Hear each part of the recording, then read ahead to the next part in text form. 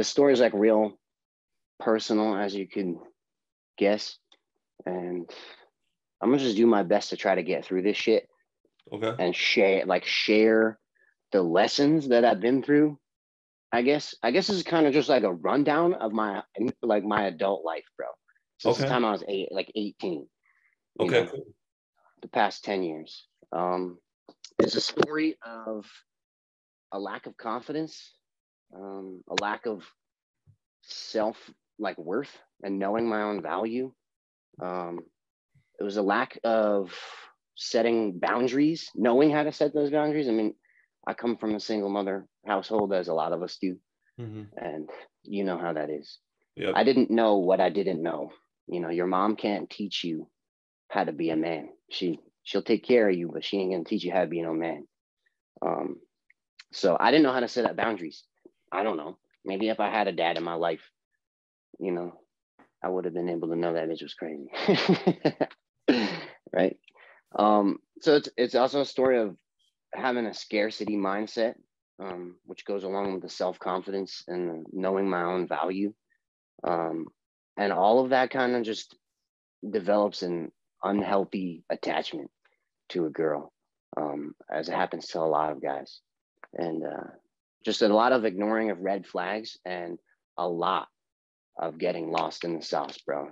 I'm not one of those guys where she ever withheld sex for me. This chick,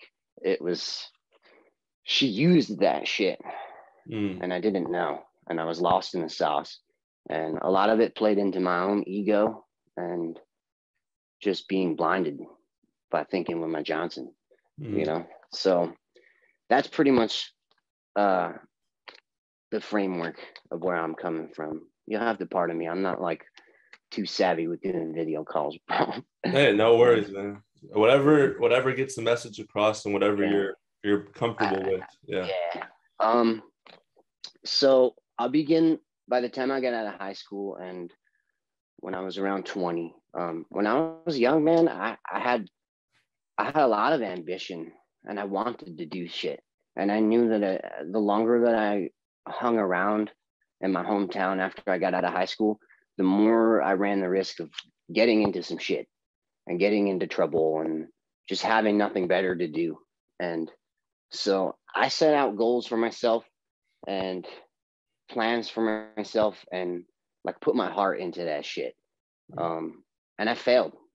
I tried to join the Navy. I did join the Navy, and I made it till maybe the second or maybe the third to last week of boot camp, and I got hurt. And it was just soul crushing. I thought I failed. I felt like a failure, and I had set this life that I was going to make for myself, and I had the ambition and the drive to go do this shit, and I failed at it, or at least I felt like I failed at it. I'm at peace with it now that I'm an older man, and I know I'm not old, but you know what I mean. I'm a lot more mature now, and I understand I didn't fail. It just wasn't for me, and it is what it is. And being a 20-year-old dude, I didn't know that I had so much time ahead of me and so much potential still to go. This is not the end of me. This is just something that I went to go try and didn't work. But at the time, I poured my heart into it, and I failed at it, and I felt like a failure. So I went back home from the Navy, and I turned 21, and I decided not to be a depressed little bitch no more, pretty much, and give myself the talk that my dad wasn't there to give me. And so I decided if I couldn't, I was going to be a corpsman in the Navy and be a medic. And if I couldn't do that shit in the Navy, I'm gonna go do that shit as a civilian, bro. And so I went to go out and become an EMT, and I went through great extreme lengths to get that done. And I poured my heart into that shit too. And I even got into a paramedic school and poured my heart into that shit again and went after it again, because I'm gonna just keep getting after this. I wanna do it. And I got about halfway through the paramedic program, man, and realized that shit was not for me. And I had been through a lot, and it took some big time soul searching for me to realize that being a paramedic on these ambulances and shit is not for me, bro. I don't think I want to make a 20-year career out of this, doing this wild shit. So I stopped, and that hurt me too, bro. You know, another reason why, like, I had low self-worth and like a low view of myself, where I had these expectations for myself. I had the drive, and I went after it, but I don't know, you know, I just didn't follow through with it. And no one ever taught me like that grit of just sticking with that shit. So after that, needless to say, I was depressed again. And now I was 22, I believe, at this time, going on to 23. And, you know, so I was right around your age. And so, you know, that is a prime shit cocktail for a girl to enter your life right there. When you were just like at the lowest, bro. I was just depressed and I didn't know what to do now. Like, now what? I poured my heart into these two things, and like, what am I gonna do now? So in walks the girl, man, and here we go. So that goes into me coming to this girl with a very like needy mindset and like a very low view of myself, and like I need you because you comfort me and like you make me feel better, you know, the lies you tell yourself. And that is what I know now. Probably the fucking, part of my French, but the stupidest way to try to get a girl to like you, bro, is to come up to her and be like, "Oh, I've had a rough go at it, and like I'm really down right now." It's like probably the stupidest way to set it up, man. And so, where did you meet her?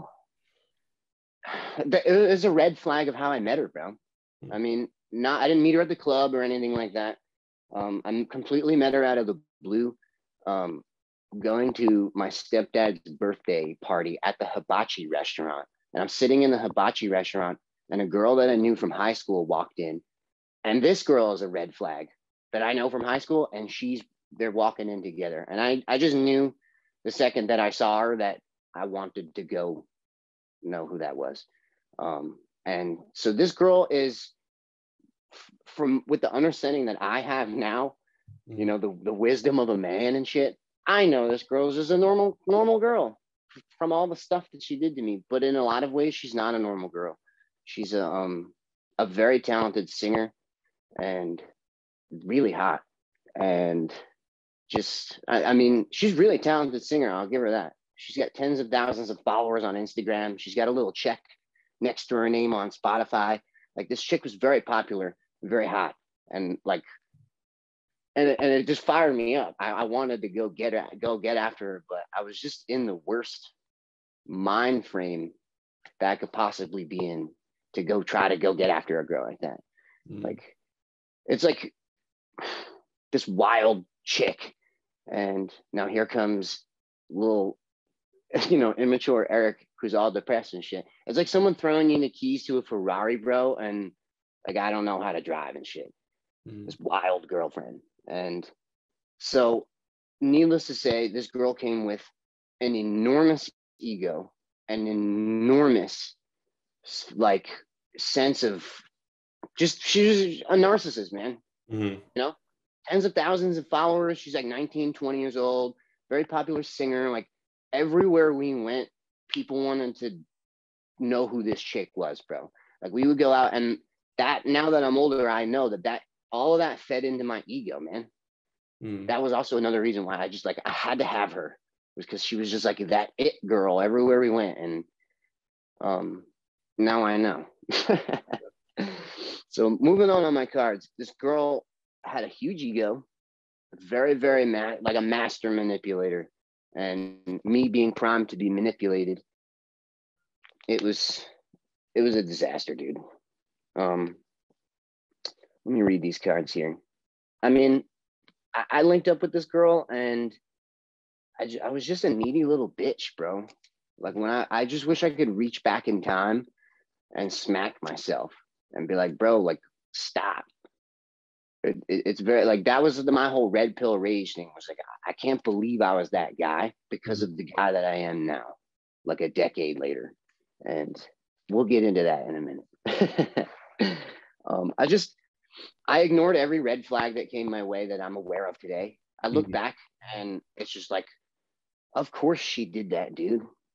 Like, of course she did that. And I laugh at it now, but I ignored so many red flags just because I loved this chick. I loved this chick more than I loved myself. And I made the mistake of telling her that too. You know, go on and tell these chicks, I love you. You know, as soon as you start professing your love for a girl, man, it's, now you're stepping into her frame. And she needs to start professing her love to you. So I ignored all these red flags. I showered this girl with gifts. I would show up at her job. I would make excuses to leave my job and say, oh, I gotta go get my tire fixed. And I'd leave and I would bring her flowers and coffee at her job. Just the most just beta bitch shit. But I got her. And but I didn't get her in the way that you're supposed to get her. I was just her like beta orbiter guy that was just always there for her, taking care of everything for her, bringing her stuff, making sure watching over her when we would go out. And she would use that shit and she would just run wild and do whatever she wanted. And I would just always be there buying her jewelry and flowers and clothes and just the stupidest thing you could do as if you're like a young 21-year-old watching this shit, save your money. I'm gonna get into that in a minute and you'll understand why. Basically the point that I'm trying to make is I gave my commitment right up front. And like the dynamic between men and women is that, you know, women are the gatekeepers to sex and men are the gatekeepers to commitment and relationships and things like that. So me right up front, telling her I want her to be my girlfriend, giving her my commitment, telling her I love you more than I love myself. And it's how you hand a girl all the power to you. And it's also how you dry her up faster than anything. I mean, luckily in my case, that chick was never dry. We'll get into that too when I get into the lost in the sauce section of my cards here. I mean, if you give a girl your commitment, man, it's the same as her giving you sex, like right up front. You know, she's gonna wonder why. Like, why is this dude giving me? Like, he has no one else. You know, no girl wants to be with a guy that has got no one else, and it's like she's your whole thing. So on my next card, we'll get into like, so I'm with this girl, and I was with this girl for 6 years, man, on and off, making this girl my problem for 6 years, dude. Since the time I was younger than 22 to 28 now. And I mean, I guess you can kind of scratch off last year, but I mean, I'm talking jobs that I should have focused on that, you know, she didn't directly make me lose those jobs or mess those jobs up, but jobs that should have been focused on, she did not help. Holidays, birthdays, parties, life events, good and bad, ruined, guys, ruined. Talking about Christmases where I'm up in my bedroom arguing with this chick on the phone over nonsense. And my whole family is downstairs like, where is Erik? What is he doing? And I'm arguing over nonsense, bro. Birthday parties ruined, friends parties, concerts, just my life. You know, things that should have been fun for me when I was 24, 25, I was chasing after this girl who had no respect for me whatsoever. And she was having a ball and I was just cleaning up after all of it, following her. And yeah. So I don't know. I was just so afraid of losing this girl because I had a scarcity mindset and like I had this ego trip for being with that it girl that everywhere we went, people would like, I had dudes walk up to me and be like, bro, is that your girl? And it was an ego trip, man. That's all it was. You know, beware of that, guys. That you know, these girls, they're just riding that high, and you're just blinded by how hot they are. And now that I look back, it's like, wow, this girl's like not a good person. Like just straight up not a good person, bro. So I mean, I could get into some stories, bro, that would shock you. They haunt me. Well, I guess not anymore because I'm getting over it, but some like just very disrespectful shit that like I wouldn't even think to have done to her. You know, I watch a lot of your videos, and like a lot of the shit you talk about where these chicks like they don't care. You know, you have to make them care about you and be on your own shit, because they'll take you for a damn ride, bro. Oh yeah. If So you the, have the any, next, if you what's have that? any, if you have any examples of the disrespect, if you feel like sharing it, you can. I absolutely, I give you a couple of gems, man. All right, yeah.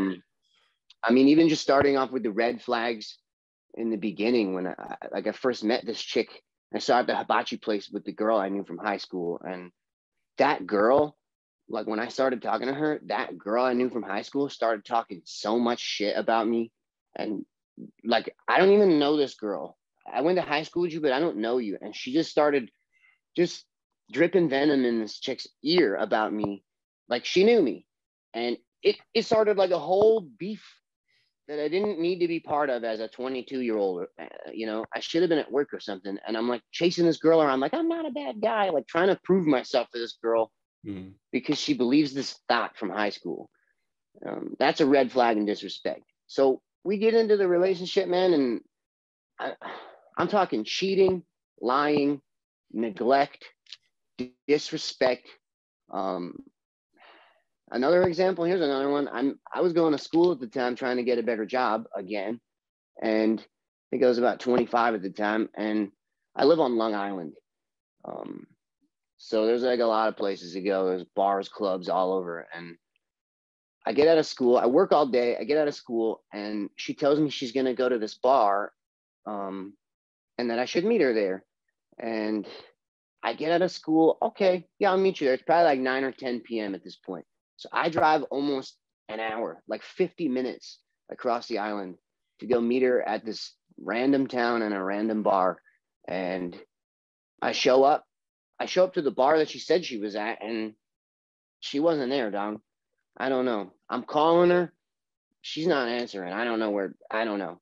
I'm calling, walking up and down Main Street of this random ass town. And she finally answers, and she's at a different bar with like a couple of dudes and her friends, right? So I'm like, okay, well, where the hell are you? So I go to that bar, I get in, and like, if that was me, bro, and this chick was coming out to meet me, I would have been out in the street with a honing beacon and those things that they use to land airplanes, those light sticks and shit. I would have been like, yo, I'm over here. This is where I'm at. Like, I would have made sure I was at the door waiting for this chick. And I had to go find the place, go in there, and then like look through the crowd to find her yucking it up with her friends. And so I'm tight. And like she would do that type of shit, bro. And then I would finally find her and show up. And now I'm tight. And she's in there yucking it up with her friends. And now here comes her lame ass tight boyfriend to ruin the party. You know, I'm like, now I'm fucking up the vibe because I'm all pissed off, and it's not my fault. You know, it's like a manipulative level of toxic shit where like, now I'm that guy, you know? So that's just baby shit. You know, that's like baby stuff, bro. I'll get into a story that I didn't think I was really going to share, but I think you guys need to hear this shit, man. This chick got a job while I was dating her. She got a job, and it was at a very, very expensive restaurant. Out here on Long Island, we have the Hamptons. I'm sure you've heard of East Hampton and West Hampton before. It's a very, very wealthy area. And there was a very, very wealthy restaurant that she got a job at. And the owner of the restaurant is a very wealthy entrepreneur over there. And and that's a red flag too. I don't even know how she knew this guy, right? how do you know this 35-year-old entrepreneur in the Hamptons? How do you know this guy? So when she tells me about how she knows this guy, she told me that he had already been like inappropriate with her. And like she'll say, oh, he creeps me out. He was doing this to me. And it's like, bro, if he really creeped you out, you wouldn't have to tell me that. You just wouldn't be around him and shit. So she took this job as a hostess working for this guy and was making a lot of money, man. A lot of money. And for like a 20-year-old girl, she wasn't even 21 yet. And she's making a lot of money at this restaurant. And the guy was taking her out. You know, the guy also owned a couple of other restaurants. He owns the nightclub in town. Like this, you know, he's like a successful guy. But he would have girls work at the restaurant and then give them, you know, free food and let them go VIP in the club. But, you know, and that shit ain't free. So hypergamy, you know, at its finest. Exactly. And like, and all the time I was telling her, yo, like, this dude is not gonna be letting you do this shit for free. And she'd be like, no, it's fine. Ew, I don't like him like that. Ew, he's just, I'm using him. And I'm like, this, like, I'm not an idiot. And so apparently I was. So one day, you know, they go out to wherever, God knows where. And she calls me up the next day while I'm at work, and she's hysterical. She's crying. Oh, we need to break up. I rush over to her house. Lo and behold, this guy forced himself on her. Hot tub that she inexplicably fell into. Wow. And he forced himself on me and and like borderline telling me that he raped her. So, you know, you could imagine me I was your age, Pat. I think I was 23, 24. I wanted to kill this guy. I wanted to murder this guy. And she manipulated me, man. I wasn't, you know, in the mind frame that I'm in right now. I loved her, and I was trying to like save her from that guy. Meanwhile, now that I'm older, it's like that guy was just banging a hot 20-year-old in his hot tub. Yep. Right. And, you know, so I wanted to save her and all this. She manipulated me into thinking that he forced himself on her. And, you know, obviously she doesn't want to call the cops. She didn't want to do that. Oh, my mom will kill me if we do that. My mom will kill me. She'll kick me out of my house. She found out like that. So she goes back to work for this guy and continues to work for him because she's like, yo, if I quit my job, my mom's going to kick me out of my house. She can't find out about that. I make so much money here. So I continued to be with her for her and bring her flowers. And I would show up to this restaurant and grit my teeth and pick her up in the back of the restaurant. And I would see the guy and I would sit there gritting my teeth. Like, I want to kill this guy. And I sucked it like a little bitch, pretty much. And that went on for a while. And then she went and got a different job eventually. But I just clung. That's like literally, that's just one story, bro. And there's a lot more where that comes from. Like, I was the biggest, I needed her too much. I had a way too of an unhealthy attachment to this chick. And that, you know, leads me to this other story on my index cards here is, you know, the theme of getting lost in the sauce, bro. This chick was stacked. She's really hot. I'm talking all of it. Really, really hot and a freak too. And it was on everywhere we went. I'm talking the grocery store parking lot, the changing room at the mall, anywhere and everywhere, bro. This chick was just ready to do it. And that stroked my ego, you know? I'd be driving my truck down the highway, bro, getting big walk down the highway and bumping the music and smoking shit I shouldn't be smoking, driving down, like, feeling like the man, you know? I ride a motorcycle. I'd have this chick on the back of my motorcycle, bro, and she would flash people while we're going down the fucking highway. Pardon my friends, I forget we're on YouTube. And shit was just wild, man. And it stroked my ego. And it was just kind of like it was like a mermaid, bro. You just get sucked into their beauty and the treasure and all that. And it just sucks your soul away. Mm-hmm. Sucks your soul away. And I don't know. I was getting laid a lot, but I had no dignity. You know, I had no dignity in getting laid like that. You know, everywhere I went, I mean, you tell stories about going to the restaurant and people looking at you funny, you know, because like they know something you don't know. And like I would go to this restaurant and see the girl, and I would see the owner of this restaurant, and like I wouldn't be able to snuff them in the mouth or something. And like I know that feeling. And you know, it's happened since then. It happened again where like she cheated on me a couple of other times. She cheated on me in some really gross ways, bro. That like now, like I feel like that girl's just a scumbag, and it like pains me to say that because I really loved her a lot. Tough. It made me who I am, and I don't think I would trade it for anything, man. Yeah. It strengthened my resolve and like tattooed it on my soul now that okay, this is what it is. So you know, breaking up, this chick, you know, now what I know about how girls will sabotage a relationship on purpose so that they don't look like they want to break up with you. It's like they can save face and take a break, you know. And we were on and off for 6 years like that, you know, and she would cheat on me every time we would take a break. And I knew it. I would just be so busy trying to work and trying to get after it. And she was the girl for me. That was like my comfort space. I had this like terrible addiction to her, man. It was like heroin or something. I couldn't let it go. And it was awful. It was like my Loved only on you. She did, bro. She did.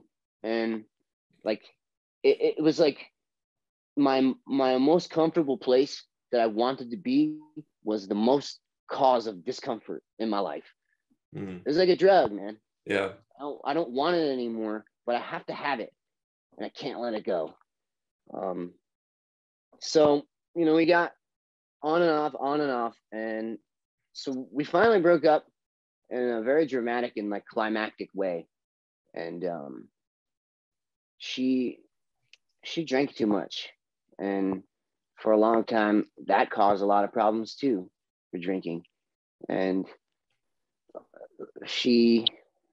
I guess I probably shouldn't share that story because it's probably not completely legal, that story, but she did something really bad that involved alcohol and driving. I'll leave it at that. And I basically saved her life, dude. And like, even without exaggerating, like I saved that girl's life. And that was pretty much the last straw that I knew I couldn't. And that was like the beginning of the Wu flu, and the shutdown. It was like that summer. It was like June of that summer, and I just knew I knew I couldn't be around her anymore. So I left her be for that summer, and she went off and tried to get help in AA, and you know, she wound up banging the dude from AA. like the things and the stories they have about this chick, like now I look back, it's like, damn, dude, you're kind of a scum. Like, you shouldn't even be in AA to begin with, and now you're banging the dude from AA. Like, yeah, I mean, damn, dog.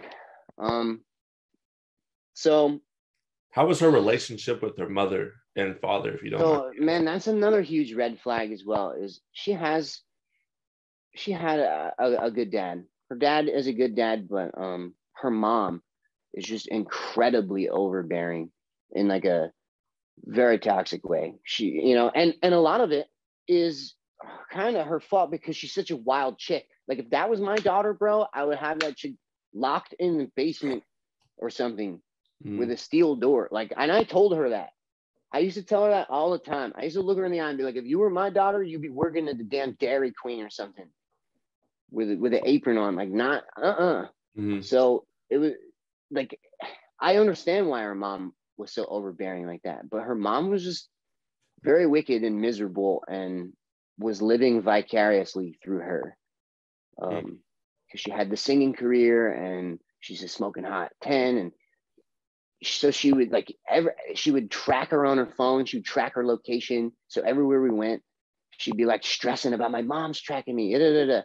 And it was too much, it was neurotic to a degree. So that's a big red flag in itself, is that like this girl just really couldn't think for herself at all. She couldn't make her own decisions. She just would either listen to her mom or listen to her thought friends.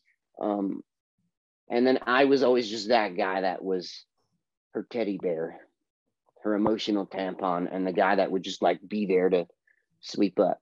I was getting laid, but I had no dignity, man. I had no respect. Yeah.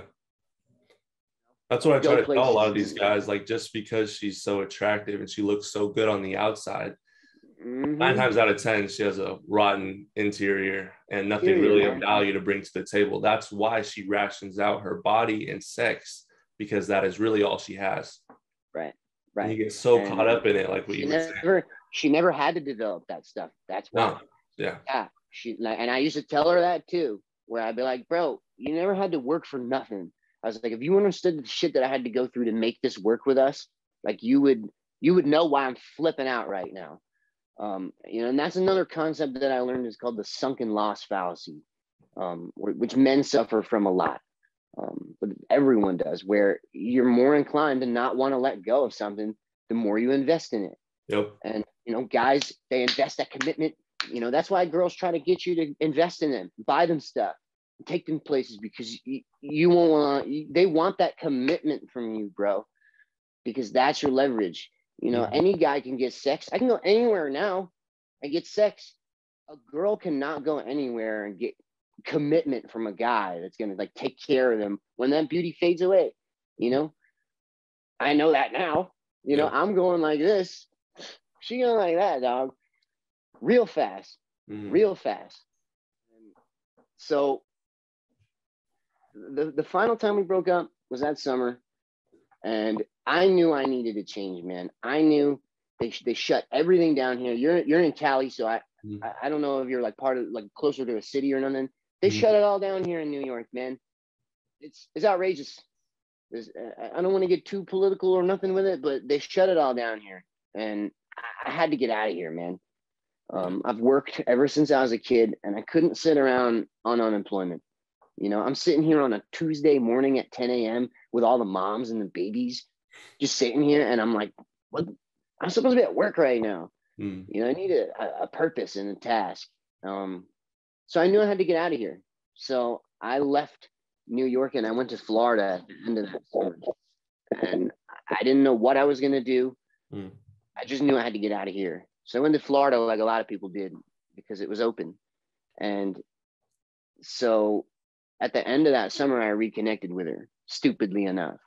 And when I reconnected with her, it was only because we like to bang, pretty much. And I got back together with her, and did she hit you up first? No, I hit her up.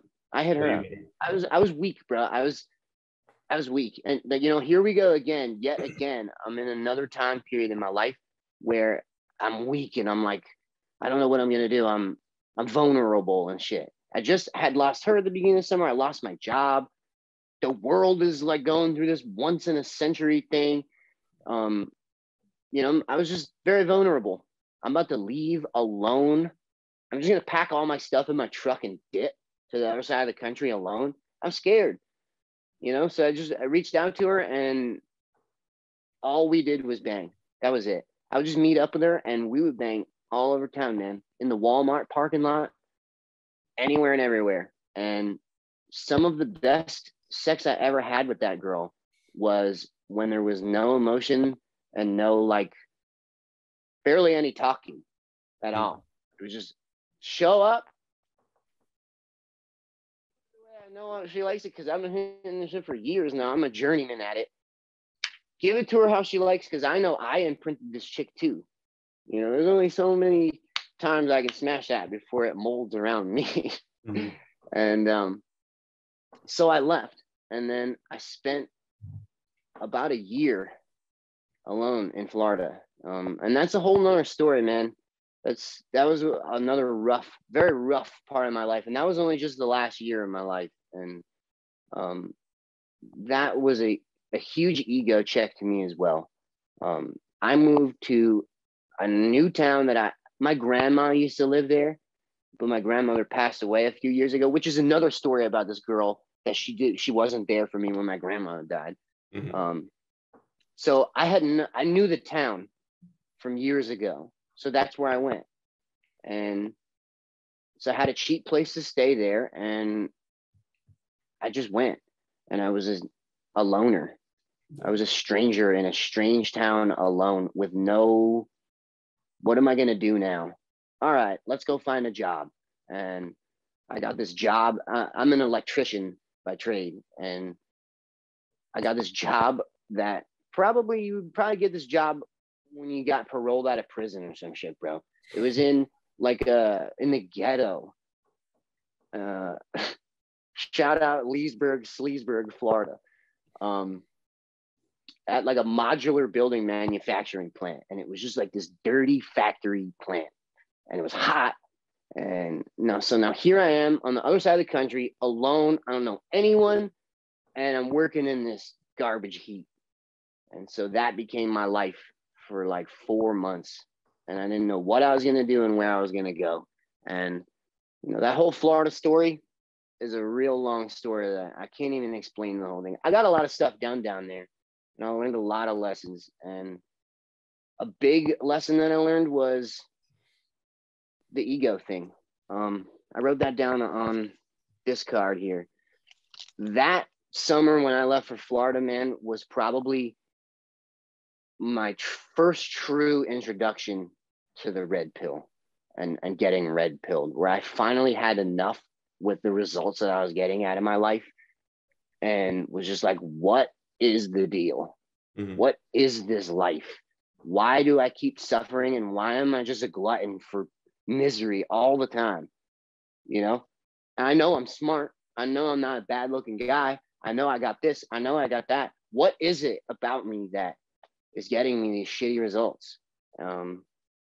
So spending that time alone really helped with dealing with rejection, both from girls and just people in general. After about a few months of being alone, I would just go out and walk around downtown, bro. I would just walk around, this loner guy.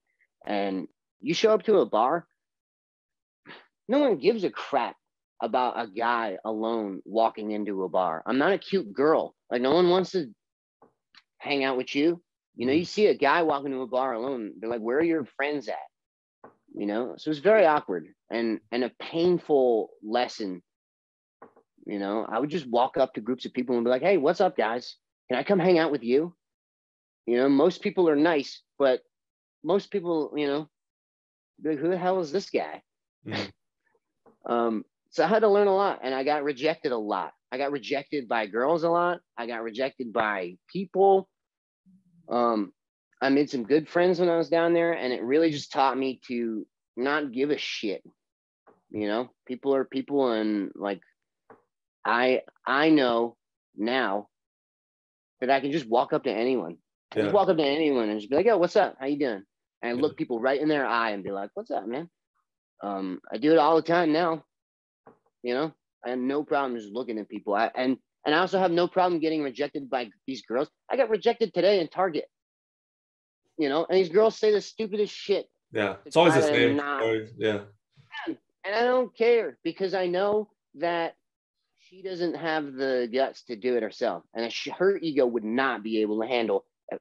She would be shaking in her boots to come up to me and be like, oh, I'm Susie. Do you want to go out sometime? And I was like, no. So like, it doesn't bother me because I'm doing something that I know they're not capable of doing. Mm-hmm. So that's on the rejection list. I learned that. I learned a lot about life in that year, man. I got a lot of stuff done. So over that time, I decided to come back here, home to New York, and I've been back in New York since last July. I went from like summer to summer in Florida, and then I've been here since July.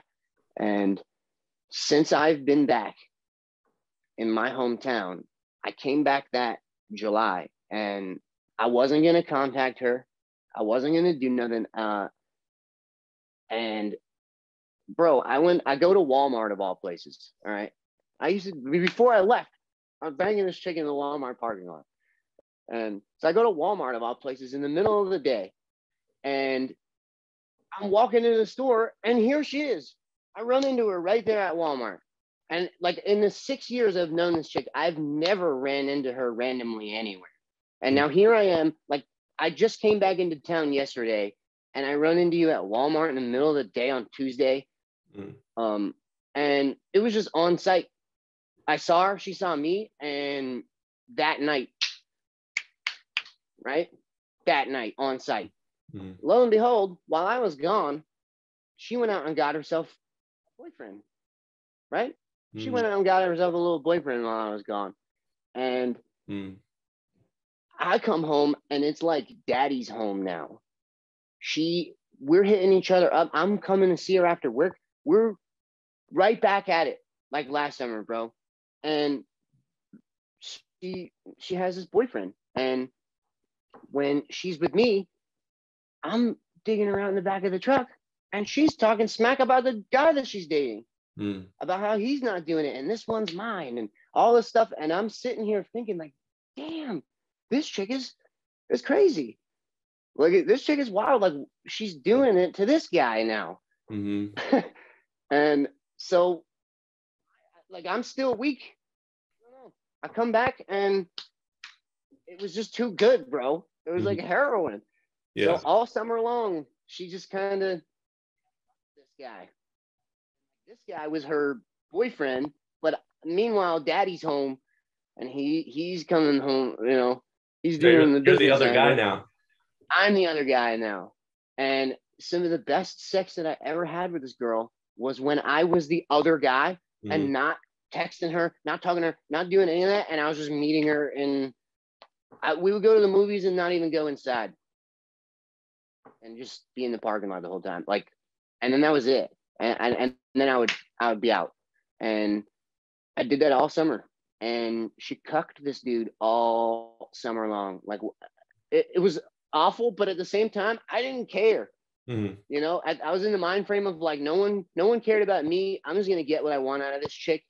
You know, I love it. We're doing freaky deaky stuff, and I'm gonna just get mine. That's mine anyway. Yeah. And it got to the point where we did it all summer, and we just got to the point where, like, listen, you know, this is not healthy for either of us. You know, we both know this is toxic. We gotta stop this shit. So we stopped talking to each other, and she tells me, oh, like, I feel bad for like what I did to this guy. Like, I'm gonna go break up with him. Like, it's not right. I should break up with him. And she tells me she's gonna break up with him. And I don't talk to her for like 2 weeks. Come on, dog. You already know what I'm gonna say. She didn't break up with this dude. So I call her up, and I'm like, listen, you're free to do whatever you want, but like, you're really about to make this dude your man right now. Like, you can respect this guy after what we just did to him all summer long. Like, you're gonna continue to let this guy take you out and like bring you around his family, and like, you're gonna have this dude to Thanksgiving now. Like, that's your man's. And she like agreed with me and was like, yeah, I guess you're right. Like, it's disrespectful to him and all this shit, and lied to me again. Like, she's gonna break up with him. And so I don't know. I got to see what her true colors are. She's still with this guy. They just had a Valentine's Day together, and it's gross. It's gross, man. She's like posting pictures with this guy, like, oh, I love you. And it's like, wow, it's all so clear now. It's awful.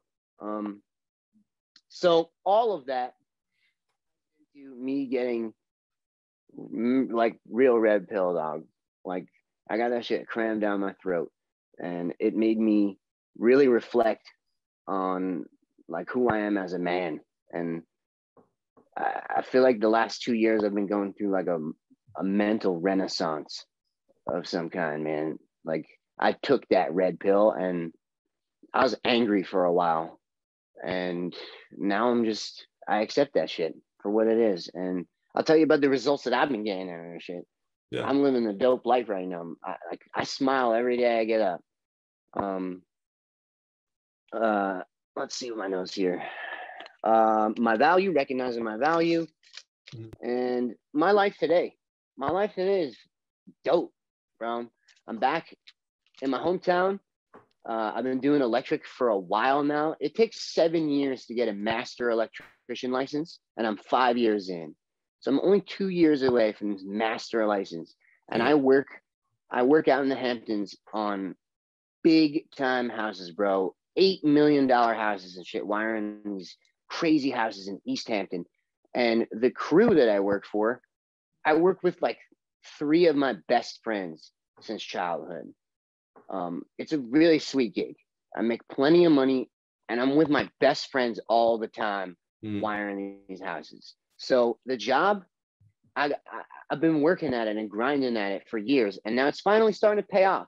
You know, you young guys that are watching this right now, it sucks. This shit sucks when you're a young guy, and, you know, especially doing any sort of construction like that, bro. You take a kid fresh out of high school and you try to place him in that environment of like, what do you mean the alarm clock goes off at 4:45? What do you mean we got to drive an hour to get there? What do you mean it's fucking freezing out here and we still got to work out here? What do you mean this is everyday grind? And then you put that on top of how physical it is, and then you put on top of that being the young guy on the crew. You know, we call him the gopher. Go for that, go for this, go for that. Like, it sucks. You know, you get no respect, you dig the ditches, and it's like a shock to these young guys, and they don't want to grind it out like that, no? But if you're a young guy listening, it sucks. Other side of that suck, now I'm the guy. I have my own van now. You know, now I tell the guy, go get the ladder off the van, my van. You know, it's parked in my driveway. I don't have to drive my car to work no more. I have the van now. I got a credit card with my name on it. Like, it pays off, fellas. It does. You know, those days are still long and they suck, but now I'm not the bottom of the barrel no more. Now I'm a journeyman. It all pays off. So if you're a young guy listening to this, stick with it. Put the time in. Grind it out. It pays off. You know, your value only goes up when you do that shit. So the work, the money, that environment, lockdown, great. The gym, I'm getting after it in the gym, dog. I've always loved going to the gym, and lately it's just, that's my spot right there. That's where you can find me at. Work, gym, maybe the grocery store or some shit. Filling up on vegetables or whatever. I'm about to be 35 before I know it, bro. Like I said, I'm 28. Actually, I'm going to be 35 or something, 40. I don't want to be 35 with a schlub-looking body and feeling all hurt and not being able to whoop someone's ass or something. Like, I'm trying to be good-looking, you know? Yep. Take care of that, guys. Like, if you're a young guy watching this and you don't go to the gym, you eat like shit. You're not drinking water, you know? You're drinking. I asked my young nephews and my younger brother, and they're sitting there drinking soda. I'm like, how much water do you have today? You had more soda than you had water today? Like, how does that not ring an alarm in your gut? Like, if you're a young guy and you drink soda, I get it. Soda's delicious. Stop that shit. That should not be what you're hydrating your body on, bro. It's pay attention to what you put in your body. It sounds cliche, but it matters. You know, you want your beard to grow in, you want that shit, like, it matters. And get your ass in the gym. If you're not in the gym, you know, for the mental toughness and the physical, and, you know, hit the heavy bag and practice fighting and shit. Like, get primal in this bitch. Yeah, you got to get that testosterone out, especially when you're young. That was the issue that I had too, and I'm sure because you shared that she used sex as a way to like keep you around. It's Right. like if you don't get that out, you're gonna search for a woman that gets that out of you instead of you putting that effort into the gym, into staying up late and working towards something and building something for yourself. And that's a big point right there. Hitting the gym. Compound that with the ego boost, you know? Yeah. You know, it was you. Heroin, bro. And, yeah. you know, so get your ass in the gym, guys. It matters, you know? Plus, it feels good. I love going to the gym, and you stay out of trouble and shit. Yep. And then, so we got the work squared away. We got the fitness and the health and the self-care, you know? Not only the gym, are you eating right? Are you using Axe body spray and there's nasty chemicals on your body and all this shit every day? Like, pay attention to that stuff, guys. Self-care. And then the third thing on that is your surroundings. You know, I moved out where I was living when I first came back here, bro. I was living on a spare bed at the end of the hall in a house that was just a madhouse. And it was very chaotic and stressful. And now I went and got myself a nice apartment. It's cheap. I live right by the beach. No one bothers me. I got a nice thing. I made myself a nice surrounding so that I could come home and there's no one here. No one bothers me. It's just nice and peaceful. The people that live here are a young couple who have a young baby. They want peace and quiet. I want peace and quiet. It's nice surroundings. You know, surround yourself and set yourself up. Keep your area tidy and shit. So I feel like surrounding yourself with good vibes and good surroundings is really, really crucial. That helped me a lot. So the next topic on that is how I date now and how I view love now. Bro, I'm the man. That's how I view it. And that's how you should view it too. I'm the man, and I'm gonna be even more of the man real soon. And you better recognize that shit. And I've just been putting off this vibe of like, I'm not boyfriend material. You have to prove to me why I should make you my girlfriend. I got this going on, I got that going on, and I got big plans and shit, you know? And I've never had more success with girls until I stopped giving a rat's ass about girls. I got myself, you know, what they talk about on a lot of these red pill channels is like, you know, fitness, status, and money and shit. I got those things squared away, and it's easy now. I just walk up to chicks and say, hey, I just got an apartment by the beach and a 65-inch TV. Like, come check out my super comfy couch. And they get a little giggle, hee hee hee hee. And they come over, bro. They do. I mean, if I would have known that when I was 23, guys who were 23, don't worry about these girls, man. I don't take girls out on dates. I haven't taken a girl out on a date in a while, man. I don't take these girls out on dates. It's easy, man. You got the setup. You just throw a little bait out and the fish come. It, bro. And I straight walk up to these girls and be like, listen, I got this. I'm going to go do that. I bought this TV last weekend, and I literally just walked up to this girl. I don't know. It was a random girl, and I liked her hair. She had pretty hair. So I walk up to her and I said, listen, I'm going to go buy a TV. You know, I could use a hand setting it up. Why don't you come check out my place and we'll set the TV up? You can help me pick one out at the store. So this chick met me in town. I didn't have to buy her nothing. I didn't have to do nothing. I didn't buy her no food. She went to Best Buy with me, helped me pick the TV out, helped me put it in my truck, brought her back here. She helped me take it out of the box and set it up. She split, and that was it. Yeah. I had to spend a dime on it, and it that was like last week, bro. And if I would have known that shit when I was 23, damn, it makes me smile every day now that like I'm a free man and I got that shit. I mean, I had another girl come over that I didn't buy that girl anything either. She came over, we watched a movie and did our thing. She got up and did the dishes, bro. She got up and did the dishes. I don't know this girl. She did my dishes and then she left. So it gets to that point, guys. Yep. You know, if you're a younger guy, just do it for you. Set yourself up, man. Get yourself your own place. You know, not everywhere, like where I live on Long Island is probably one of the most expensive places. Like, you know how Cali is. Long Island is probably the most expensive place on the planet to try to live on. It's outrageous out here. But if you live in other places like Florida or in the middle of the country, some of you guys may be watching from the middle of the country, it's totally doable. If you're not out there working your ass off, like, you should have money to pay for a cheap room, bro. I don't care if you have to sleep in the basement or the closet of somebody's house. Like, get your own space, you know, where you can rule over your own space, man. So, all right, let me get to my last card before I get in, you know, go full blown life coach on you. So I have a few key points written down on this that I wanted to share about these two books that I've been reading. I got a few book recommendations.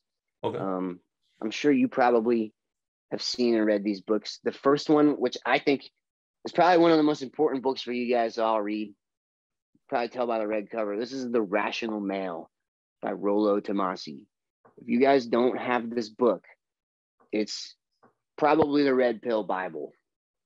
It's got everything you need up in here. And I just wanted to hit on a few key points that I wrote down. He's got these things in here called the 9 Iron Rules of Tomassi, or the 9 Iron Rules of Poon, or whatever. And just like I did this one. Rule number 1, you know, I came to this chick in a real weak, like, beta frame, very needy and shit. And iron rule number 1 is frame is everything. Always be aware of the subconscious balance of whose frame in which you are operating.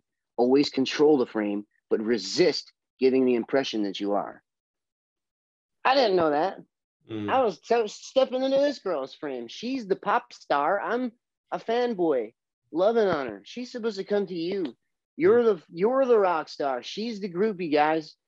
You know, you need to pick girls that are picking you, not the girls that you pick.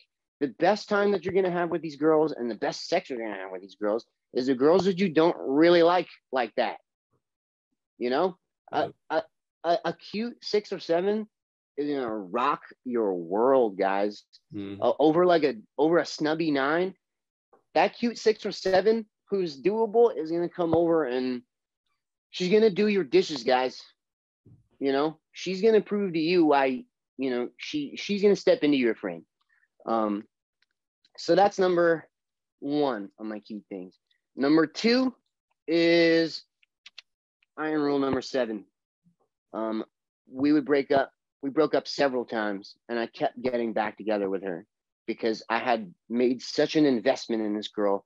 I had the sunken lost fallacy and didn't want to let go. Yeah. Iron rule number 9. It is always time and effort better spent developing relations with new, fresh, prospective women than it will ever be in attempting to reconstruct a failed relationship. Iron rule number 7. And the best paragraph in that whole thing is never root through the trash once the garbage has been dragged to the curb. You get messy, your neighbors see you do it, and what you thought was worth digging for is never as valuable as you thought it was. I didn't know that. You know, yeah. I wish I knew that. I learned that the hard way, guys. And when you go back to her after a breakup, you are always in her frame. Always. I don't care who contacted who first.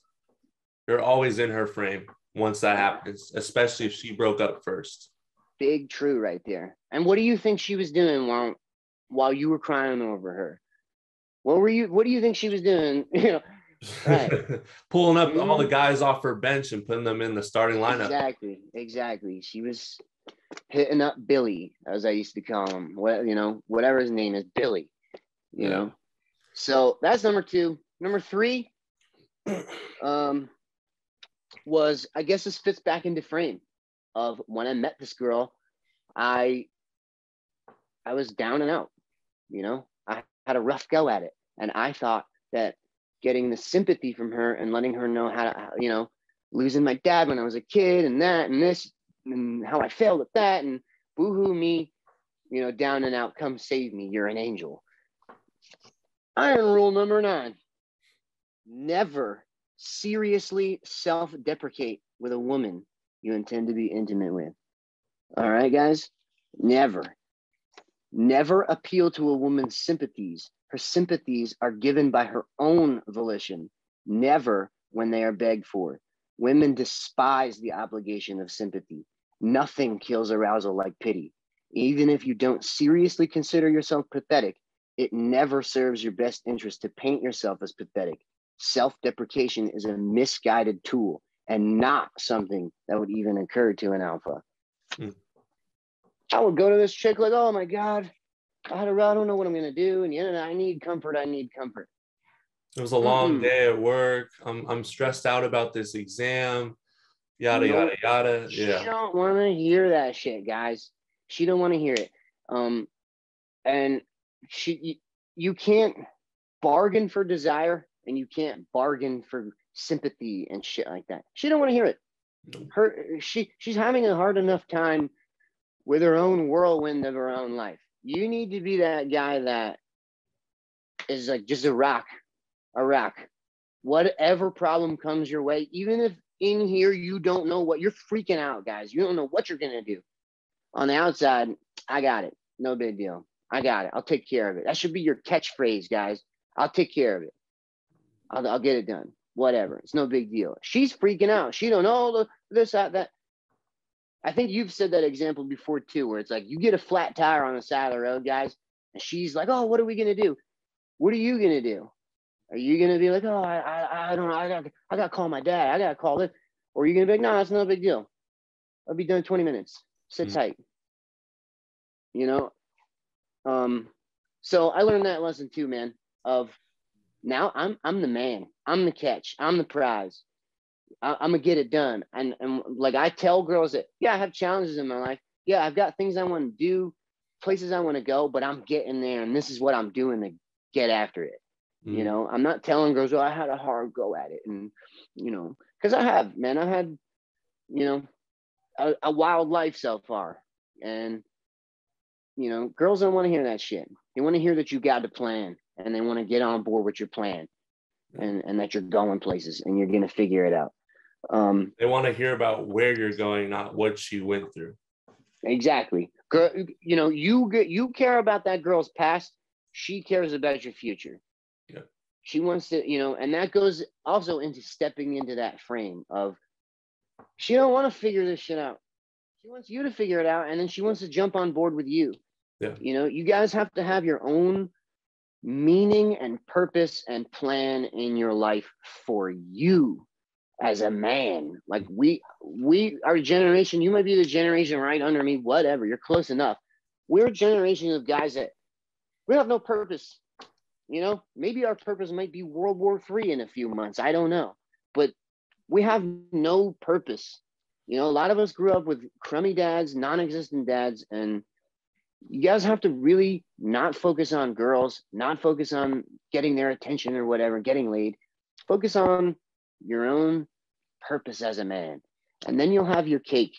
And that purpose as a man just doesn't go away, and it's yours. And a girl is the icing on that cake. She's the byproduct of you already having your own shit going on. And so if the girl leaves, you just lost your icing or some sprinkles or whatever. You still have your cake.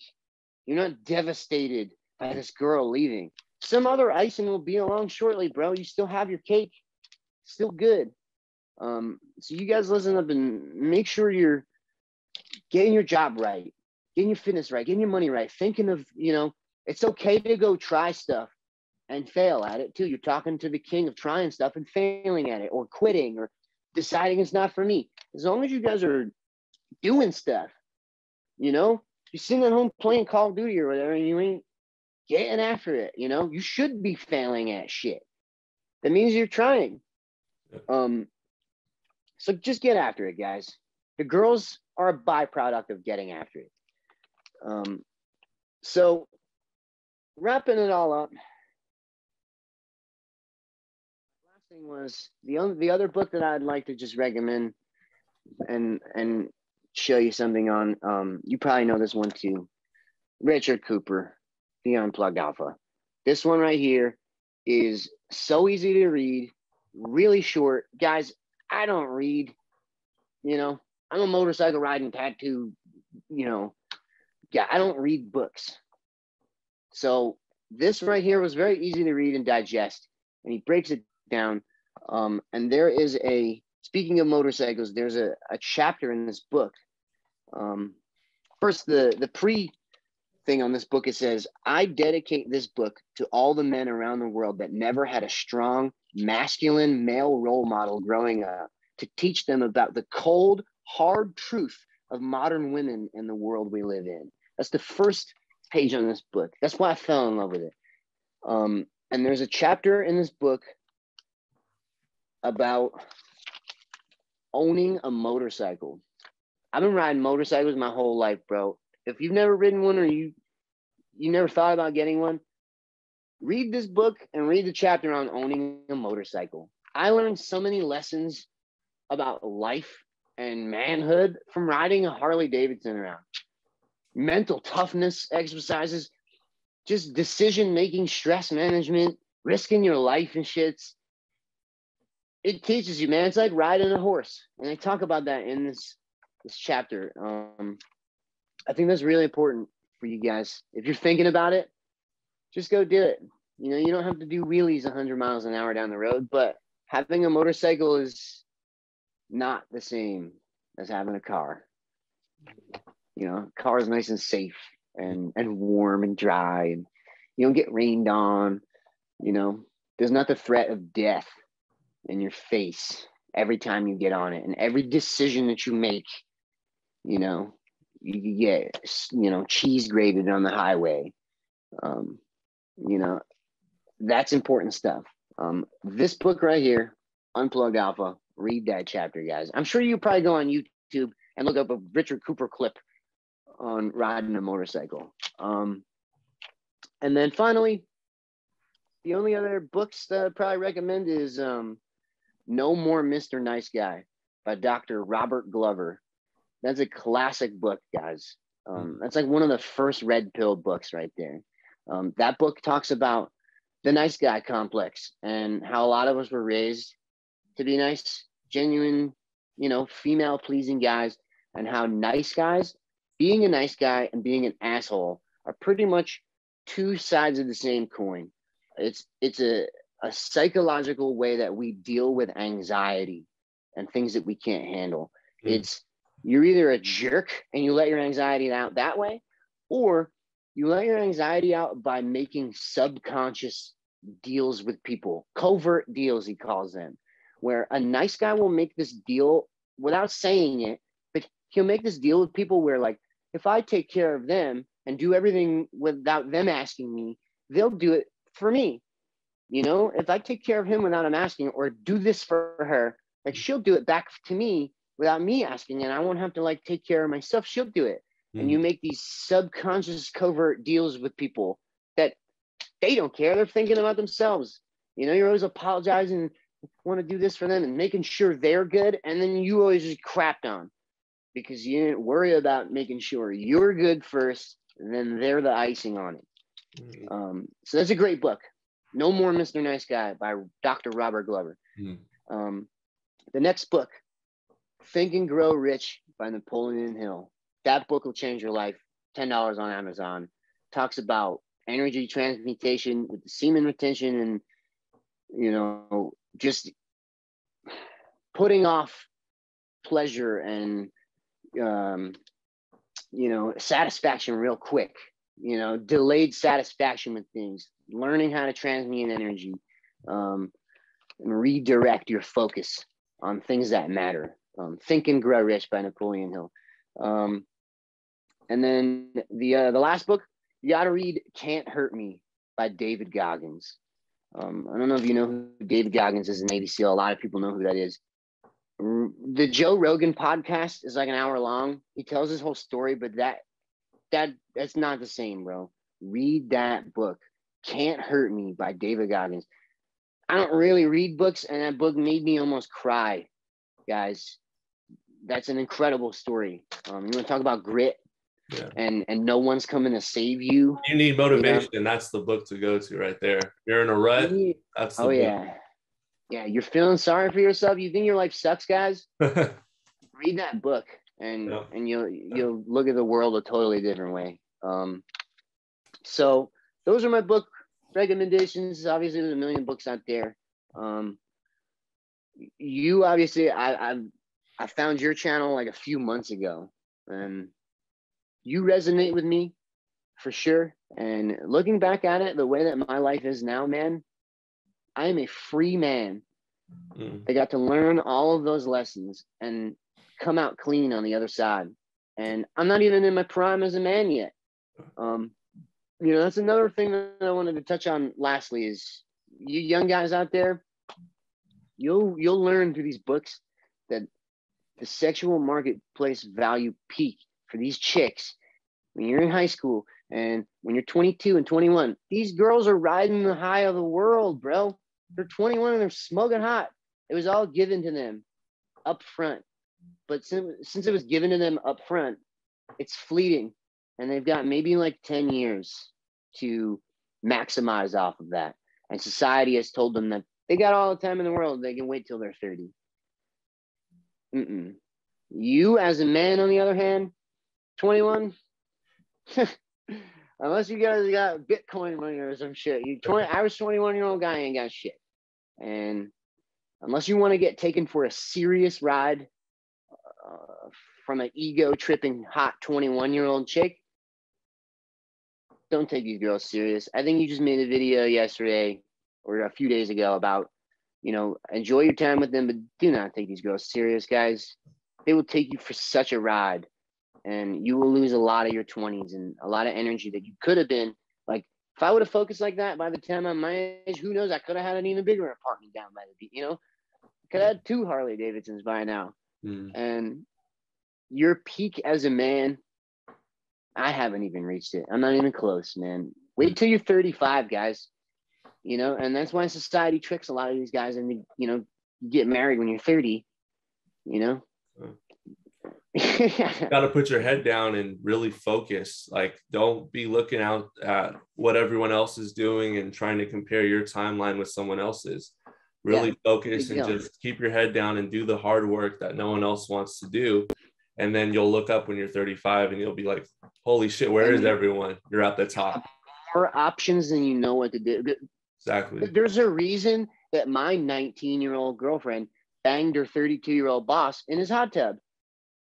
Because you got a dope place in the hot tub for her. Like, now I understand. When I was 21, I was like, how could she do that to me? Now, whatever, bro. When I'm 35, I'll go get a smoking hot 22-year-old girlfriend. Do the same thing. Now it's my turn now. Yeah.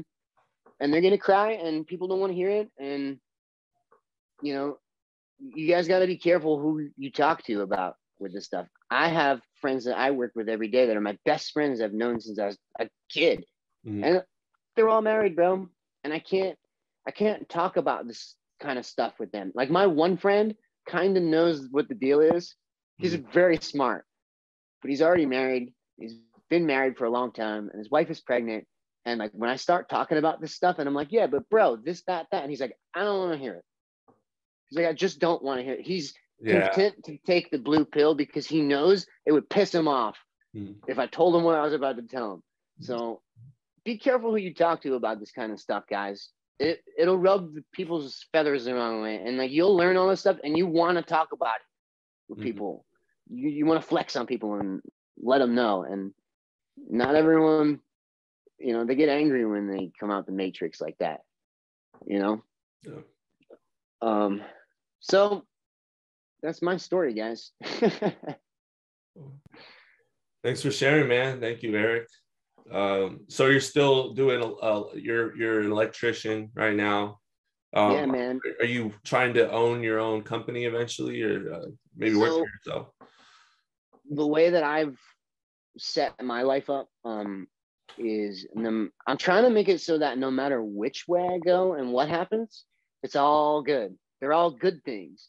When I was down in Florida, I knew I had been doing electric for a while, and I was getting into the idea of wanting to have more meaning and more purpose in my life. You know, yeah, wiring some guy's summer house in the Hamptons, there's money in that. There's an $8 million house. There's money in it. There's really not much meaning in this. There's just some rich guy's house. Mm. But being a lineman, you know, being a utility lineman and working on the high voltage power lines, there's a lot more meaning in that. You know, maintaining the power grid and keeping the lights on to the hospital. And it's like being a fireman or a police officer, being a lineman. Mm. So I was drawn to, like, I want to go do it. I want that meaning. I want to do it. Plus, shit's badass, bro. You had to play with, you know, big boy toys and big trucks and big tools and high voltage. Those guys are the Green Berets of electricians. So when I was down in Florida's like the capital of lineman country. There's a lot of linemen down there because of a lot of hurricanes and storms. It's a big state. And so I put myself through like a 6-week line worker boot camp. I worked in that ghetto warehouse for like 4 months, man. I spent my 27th birthday last year. I spent my 27th birthday alone in the Waffle House, bro. That was it. I went to the Waffle House and then I went to work, and I worked for about 4 months, and we went from 6 a.m. to about 3-ish in the afternoon in this nasty warehouse. So I worked, I saved, I grinded it, and I hatched this scheme to get out of here. Like, I gotta get out of this hellhole. And like, I'm working with all these guys that I'm working alongside grown men with no teeth, and they're making $12 an hour right now. Grown men, you know, They have no ambition. They have no drive. Their life, they're caught, you know, they're stuck, and they don't want to hear it. And some people I rubbed the wrong way in there, and some people were just like in awe of me because I would show up to work like, guys, I'm about to get out of here. Like, I'm about to go do this. I'm trying to go do that. Like, I'm saving up 3 more paychecks, and I'm about to be out this bitch. And these guys would be like, right on, like, get out of here. So I put myself through a 6-week pole climbing boot camp, where I learned how to climb the poles with the belt and use the truck and all the tools and everything. And I graduated from that class. There was a dropout of about half that class, like half of them didn't make it. So I made it through that. And then I went and I got a job. I'll tell you this story, man. This is a soul crushing story right here. I've been alone for months. I put myself through 6 weeks of line worker boot camp, guys. I get a job through this school as a groundman. A groundman helps the lineman. You know, he's like the guy on the ground. I got a job as a groundman. And here I am doing my thing. I'm grinding for months. They made it through the school. I got this job. My soul is so filled with pride. I'm here. I'm in the right place. I did it. It's a great job. Yeah. And part of the job was driving the big giant lineman trucks, big giant trucks, the air brakes. You need a Class A CDL driver's license to drive those trucks. And I didn't have one. And you know what else I didn't have? I never had no one teach me how to drive a giant truck like that.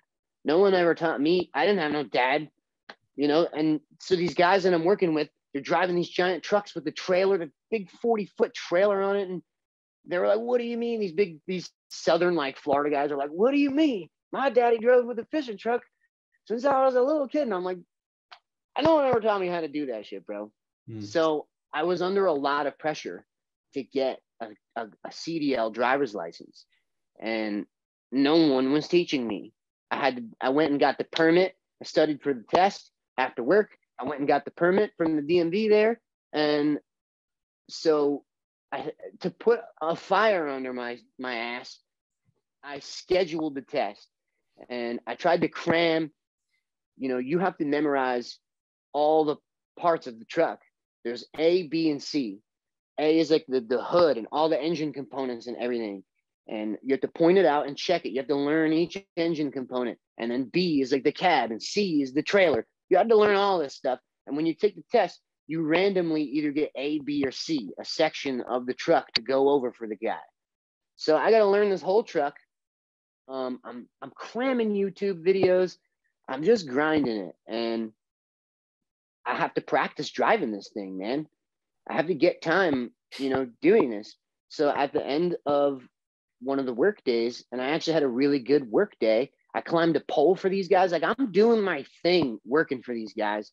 And in an effort to try to practice with the truck, I took the truck, and my coworker let me take it, and I drove it around the yard trying to practice with the big trailer on it. And I was backing it up for trying to practice backing up. And I jackknifed the trailer, and I dented the side of the truck trying to practice. Stressed out. I don't know. Now I know, but I didn't know that when you alley dock a trailer like that, you never do it to the right on your blind side over there. You do it over here. I blindside jackknifed the trailer and dented the side of this giant truck. They fired me. They fired me from this job. And yet again, here I am, putting my soul into some shit. Now all the cards are on the table. I've been alone for months. I just grinded in the ghetto to get out, go through the school, get the job. I'm here. I got it. I put a dent in the truck because my daddy was never there to teach me how to drive that shit. And they fired me. And here I am again, devastated. Now I'm alone and devastated. So after that, I bought a dog. I bought a $20 dog from the pound down in Florida. His name is Dutch, and he's the best $20 I ever spent. The dog saved me, and if you guys, that's another thing. Don't ever try to find a woman for companionship. You want a companion, guys? Go get a damn dog. The dog's never gonna tell you they don't love you no more. So there I was, devastated again. What am I going to do now? Am I going to curl up like a bitch and quit? No, I'm not. I'm just going to, fine, I'll go get a CDL on my own. I'll just go do it anyway. So I found a program that was going to start in 3 months. In 3 months' time, if I wanted to get my CDL. So I got a job at Home Depot. I got a part-time job at Home Depot. I went from having the job that I just sacrificed my whole life for to now I'm working part-time in the electrical department at Home Depot, guys, for $12 an hour. And I worked that job, and I did other side jobs. I would do labor for this other guy building stuff. He was like a handyman. And I'd do whatever I could to save the money to get into that class 3 months from now. I think it was $1,800, but I had to live, I had to eat. I had a dog now. I had to buy dog food and take care of this dog. And I did whatever I could to just work and survive for that 3 months, and got to the point where I applied for the school. I got in, and in 1 week, 5 days, I learned how to memorize every part of that truck and how to back it up and how to drive it. And I passed that test on my own, and didn't curl up like a bitch and quit like I had done before. I went and I got that shit done. I rode this high and I got knocked down, and I said, fuck it. And I went and I did it on my own. And, my heart still swells with pride. I'm back in New York now, but I still have a Florida driver's license because that thing says CDL on it. And so that was a big moment down in Florida for me, of not quitting and I'll just go do the shit on my own. And so I applied for a few companies down there. Now that I had a CDL and the school behind me, I had applied, and I got in. Applying to these companies is very difficult to do. It's very, very hard to get into. They call it the good old boy system, where like your uncle works there or something, and that's how you get in. And so I got applications in with these big companies, and they took me in. They tested me. They checked me out.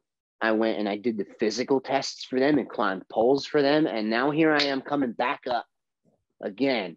Round 2, bitch. I'm trying to get in here. And they strung me along and tested me. And since I'm not someone's nephew, I got denied down there for three different companies down in Florida. So by the time like June came around, I was like, I'm going home. Yeah. I was like, I had enough in Florida. They don't want to give me a job here. I know I can go back to New York and do my electric thing that I know I'm good at. And all my best friends work for that company now. Like, I'm just going to go home. So since I came home, I've got the electric thing going with them. And I applied for the lineman job here and got in with them. And I tested for them. I passed the written test. And then I'll tell you another little soul crushing story while we're at it. I passed their written test. I passed their pole climbing boot camp, they call it, which was pretty much a 2-day ass whooping to see who can hang climbing the poles. And I make it through this boot camp with this like 20-year-old kid. And he's a bartender at a restaurant that one of my buddies works at. He's this 20-year-old kid. And we both make it through this, basically a hazing. They would make us climb to the top of these poles with no belt. I went through the boot camp of learning how to climb up with a belt. They made us climb up the thing with our bare hands like this, bro, like a bear would climb up. And then you get up there and link your belt on. So we're climbing up 40-foot poles and like leaning out on the belt, and they're throwing basketballs at us and stuff. They're whooping our ass. So me and this kid make it through this training, and he makes it through, and I find out like 2 or 3 months later that the 20-year-old kid got a call back and got the apprenticeship. And then I find out that his dad is a lineman for PSEG. And I'm just like, oh, all right. And like now with this newfound knowledge, bro, I'm not bitter about it. I'm not mad about it, because I would do that for my son. And I'll just have to go right back there again next year. And so I reapplied about 2 weeks ago for next summer. And since I've already passed the test, I'm hoping that I'm even in better standing. I told the guy, I was like, I'm going to be here every summer until you give me a job, pretty much. Yeah. So, those guys make a lot of money, man. Some of those guys, you're talking 150, 180, some of those guys a year with full union benefits, the whole shebang, you know?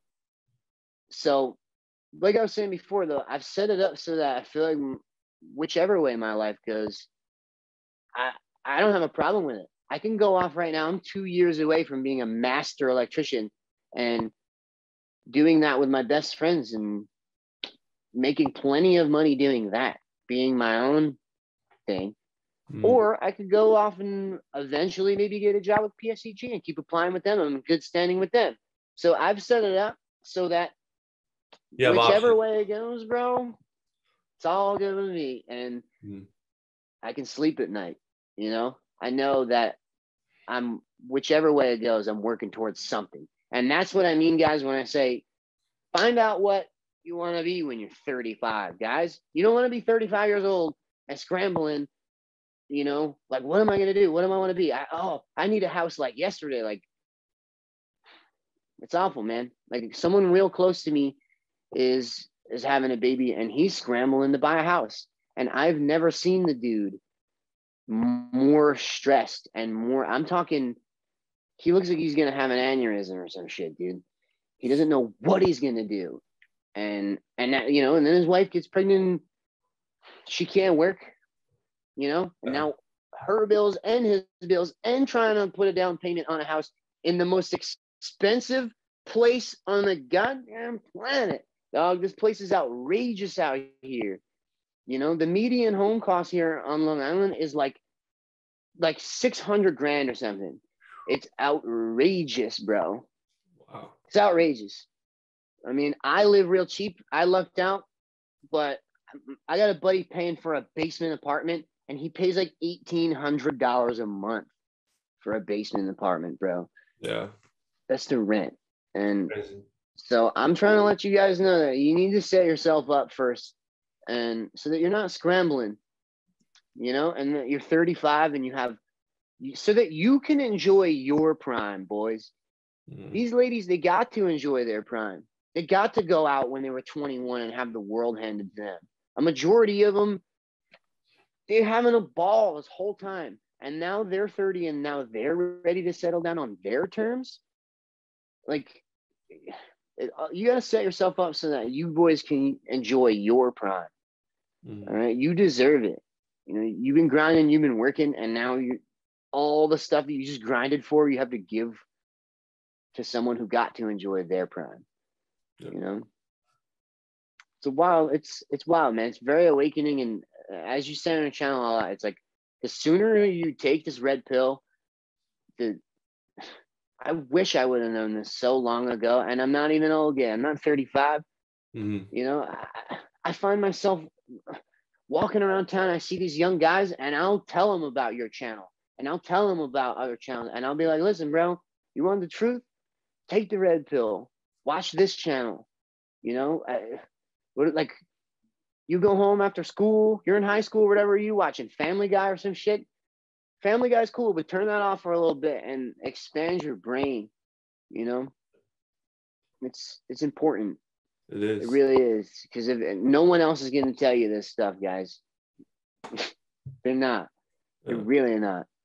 And you could watch as many videos as you want and read as many books as you want, but until you actually like go out there and you have it happen to you, that's the real teacher right there. So I think even if you got the knowledge or the channels at like 14, 13 years old, it's like you don't even understand the extent of the games and the BS that you have to go through when you're really out there in the field with these women.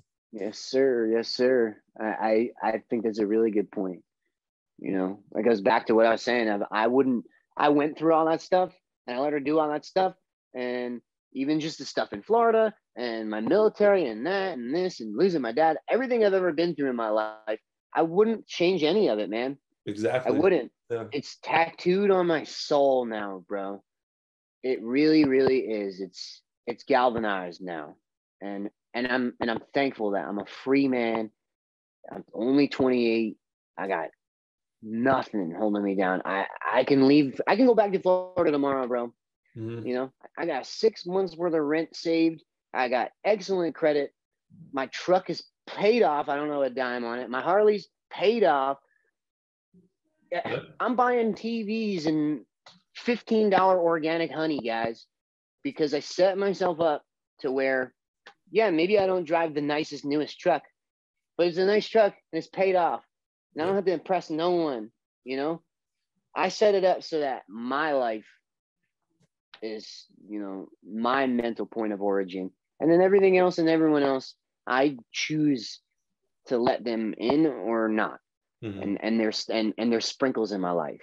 You guys got to do that with your friends. They talk about that a lot in these books and these red pill channels. I know your mom has probably told you, show me your friends and I'll show you who you are. If you guys got loser friends and you guys got people in your life that you know what I'm talking about, that they're just not going nowhere, or like when you're done talking to them, you just feel exhausted and just I've got a buddy like that, and I don't know. I'm cool with him. I got nothing against him, but I can't be hitting it up. Every time I'm around him, he's just like a magnet for energy. You just I feel exhausted, and I don't want to talk about it with him because he gets he's very self-loathing and like gets offended, and I don't know. So if you can't guys save them all, you can't save them, and that's another lesson to learn. Yes, sir. Anchors and sails. Yeah. You sound like you're a man of abundance, and you're kind of you're not cruising to your destiny where you're going to be when you reach your prime, but it sounds like you have your head on track and you're moving in the right direction with everything. And that's really good to hear, man. It really is. It was hard. Yeah. It was, I mean, you don't go tattoo giant skulls with third eyes and shit on your arm for nothing, dude. It was hard. A lot of sleepless nights, a lot of bad thoughts. A lot of, I mean, when I say loneliness, dog, it redefined the word loneliness when I was in Florida. I never experienced anything like that. It was, I'm around people, but I have no one to connect to. I have no reference with anyone. I'm a stranger to everywhere. And that's almost worse than like being all alone. I'm lonely in a crowd of people. No one knows who I am. No one cares. You know, and it redefined being alone for me, you know. So But you getting to would this go through point that where again. I absolutely would, dude. Yeah. Just like I would go through boot camp again. Yep. You know, you guys got to understand that Richard Cooper talks about that. And in success and failure, they both leave clues, man.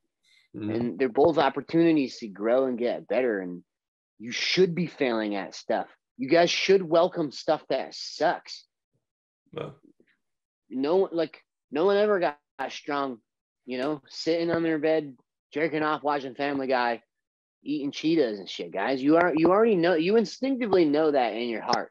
That's why a lot of you are depressed. That's why people, you know, miserable and have no purpose, because they don't try shit, and it's not what you're meant to do as a man. Yeah. You know, you're supposed to be fixing stuff. You're supposed to be trying stuff and being outside and just doing guy shit. It's okay to fail. It's okay to fail. In fact, you should try to fail. You should try to do things that make you fail or make you feel extremely uncomfortable. Take away those life preservers in your life and just go into the open sea. Let the waves hit you a few times, swallow some sand, and get back up, get back on the boat, and figure it out. Hell yeah. Hell yeah. I mean, life is like going to the gym, bro. If you're not failing in the gym, you're not taking that shit to failure and pushing it, like, you're never going to get nothing out of it, guys. Don't have any gains. I mean, I'll give you another little side story. I told you how when I got out of the military, I wanted to do that shit on my own. You know, that was another time, like the CDL, I want to get fine. I'll go do it on my own. And I said, all right, I'll go be an EMT. And when I came back from the Navy, the EMT program was at the community college. And I signed up for the community college, and it was like 13th grade in that bitch. I was in there with like a bunch of kids, and I hated it. And this program's going to take how long? 9 months? Like a whole semester? Like, ugh. I'm trying to get this stuff done yesterday, bro. I don't have time for this to be sitting in remedial English. I got to get this done. So I quit the community college and started working at a bar downtown. And I saved and worked, and I found a program in North Carolina at a school called the Center for Adventure Education and Outdoor, something like that.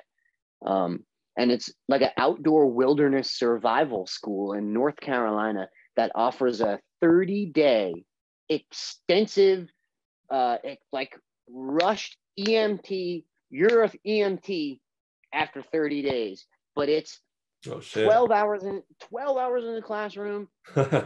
You're on the ambulance with the local hospital. Like, they cram that 8 or 9 month community college course into 30 hardcore days. And that was more up my alley. I was like, I'm just trying to get this shit done. Yeah. And so I work, I save, and I sign up for this class. So where am I going to stay? What am I going to do? Get a hotel for a month at 22 years old? How am I going to do that? Yeah. Bro, I packed my stuff in my car. I drove to North Carolina from New York. I think it was about 12 or 13 hours to North Carolina, to the middle of the woods. And I brought a tent that I bought from Walmart, and I slept in the woods behind the school for the entire month of December in the mountains in North Carolina, and got this shit done. Respect, I would do 12 hours in the classroom, and I would go walk into, like, guys would get out and go to their car and drive away, and I would walk behind the school and I would go into the woods, and I was sleeping in the tent. And I got the shit done. And that was another moment of great pride for me. And that got me the job as the EMT. And then I went from being an EMT to, I want more money in this, so let's go to paramedic school. Mm-hmm. And that's what led me to the paramedic school. And then about halfway through that, when you're in paramedic school, bro, and you're a paramedic, that's the only way to make real money at that stuff. Anyone who's watching this who's an EMT, you'll know what I'm talking about. You ride on an advanced life support truck, bro, and like, you don't get called for anything good or anything fun, and you're not chaperoning the local, like, football games and stuff for the high school. You're on an advanced life support truck. They call you for bad stuff. And after a little while of that school, about 4 or 5 months of going through that school and doing CPR on people, doing, like, just wild stuff, I came to the conclusion that I don't want to make a 20-year career out of being, like, awful situations all the time like this. I don't want to do that.